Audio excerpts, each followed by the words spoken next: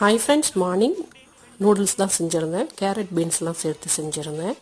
அதுலேயே taste maker இருக்கும், அதை போட்டு தான் செஞ்சேன். அது வேணான்னா அவாய்ட் பண்ணிவிட்டு நாமளும் மசாலா ஆட் பண்ணிக்கலாம். எண்ணெய் சூடானதும் பல்லாரி வெங்காயம் 3 ஸ்லைஸாக கட் பண்ணது, கொஞ்சமாக உப்பு சேர்த்து வதக்கி விடுறேன். கொஞ்சம் வதங்கி வந்ததுமே பீன்ஸ் ஸ்லைஸாக கட் பண்ணியிருக்கிறதையும் சேர்த்து ஒரு 3 நிமிஷம் வதக்கி கொடுத்துட்டு சின்ன சின்ன பீஸாக கட் பண்ணியிருக்கிற கேரட்டையும் கொஞ்சம் ஆட் பண்ணிக்கிறேன். கேரட் கொஞ்சமாக சேர்த்துருக்கேன், இனிப்பு சுவை இருக்கும் அதனால்.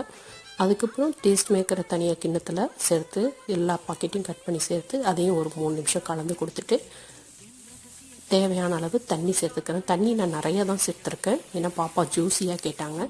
சூப் மாதிரி வேண்டான்னா தண்ணி கம்மியாக சேர்த்துக்கலாம். தண்ணி நல்லா கொதித்ததுக்கப்புறமா நூடுல்ஸ் சேர்த்தோன்னா டேஸ்ட்டு நல்லாயிருக்கும். நல்லா வெந்து வந்ததும் நம்ம மல்லி இலையை தூவி இறக்கி சர்வ் பண்ணலாம்.